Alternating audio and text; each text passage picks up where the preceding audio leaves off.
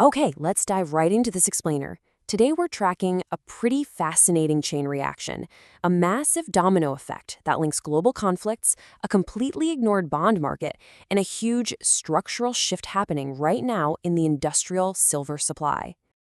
Before we really get into the weeds, I want you to keep this one specific question in the back of your mind today. Seriously, this changes how we view absolutely everything. It is so easy to look at a standard financial chart and think, wow, that asset is rallying. But we're going to challenge that today.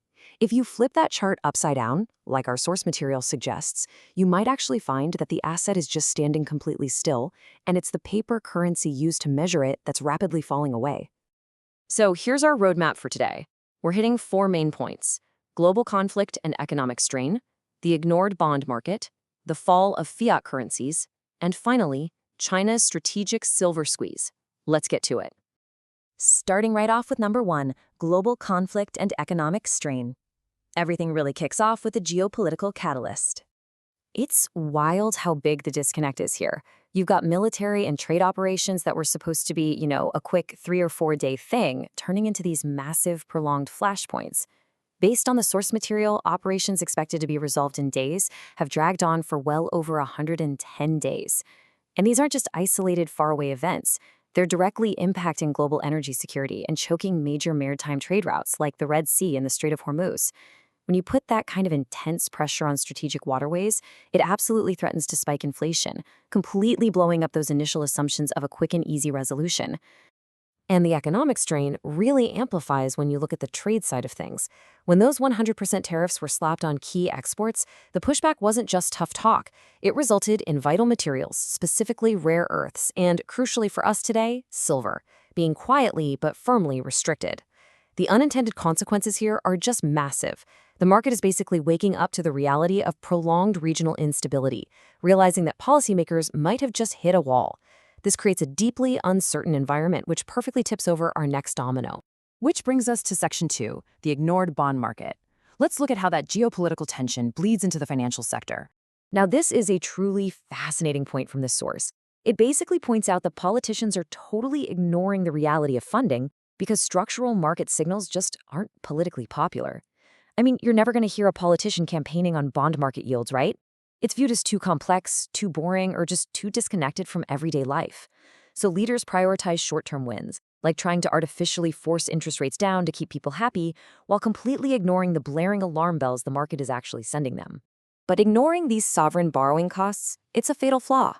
Think of borrowing costs as the ultimate, unfiltered reality check for an economy.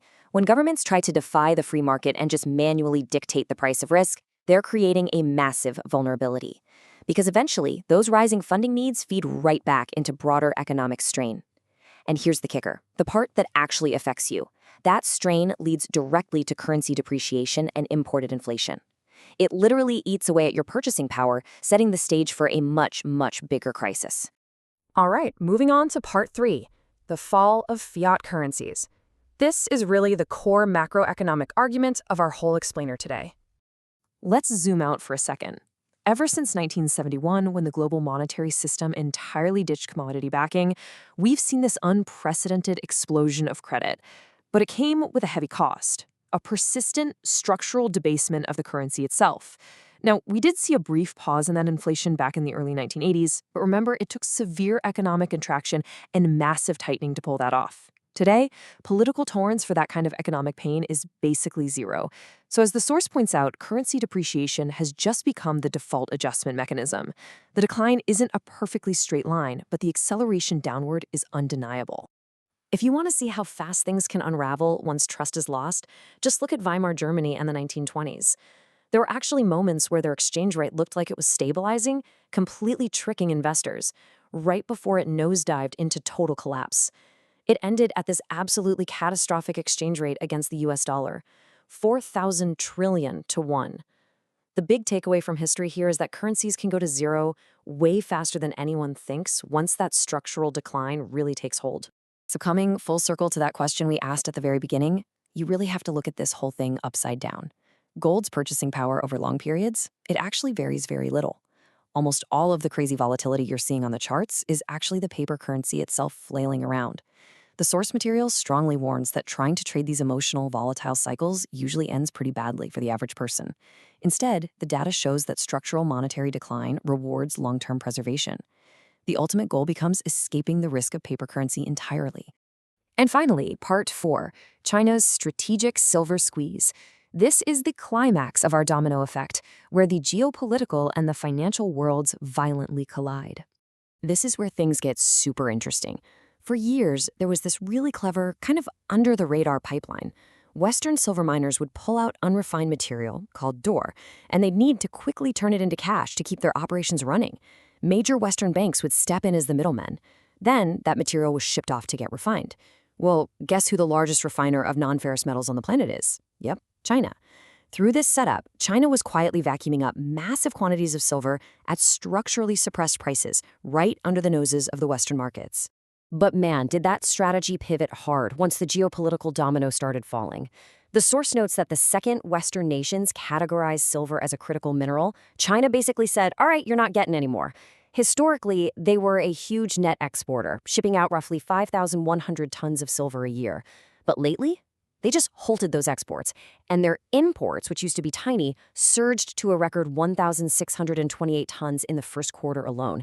They literally flipped from supplying the globe to aggressively draining all the physical liquidity out of it. Because of that sudden, massive supply shock, the market straight up panicked. Back in early October, London's silver lease rates violently spiked to 40%. I mean, that is a huge rate crisis that had to be hastily smoothed over behind the scenes.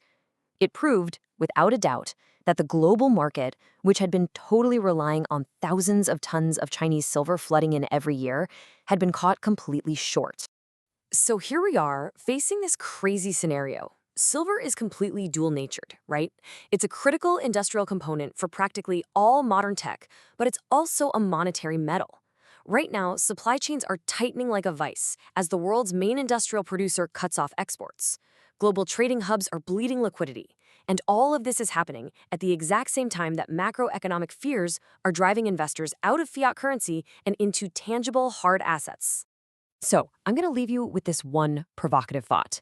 If trust in our paper money keeps fading and gold keeps pushing higher as the dollar tanks, investor demand for silver is going to absolutely explode. But China just aggressively drained the global markets of physical liquidity. So, where on earth is the physical silver going to come from to satisfy both the vital tech industry and panicked investors looking for a safe haven? It is a structural squeeze that could violently reshape the markets as we know them. Thanks so much for joining me for this explainer, and definitely keep questioning the true value of the currency in your pocket.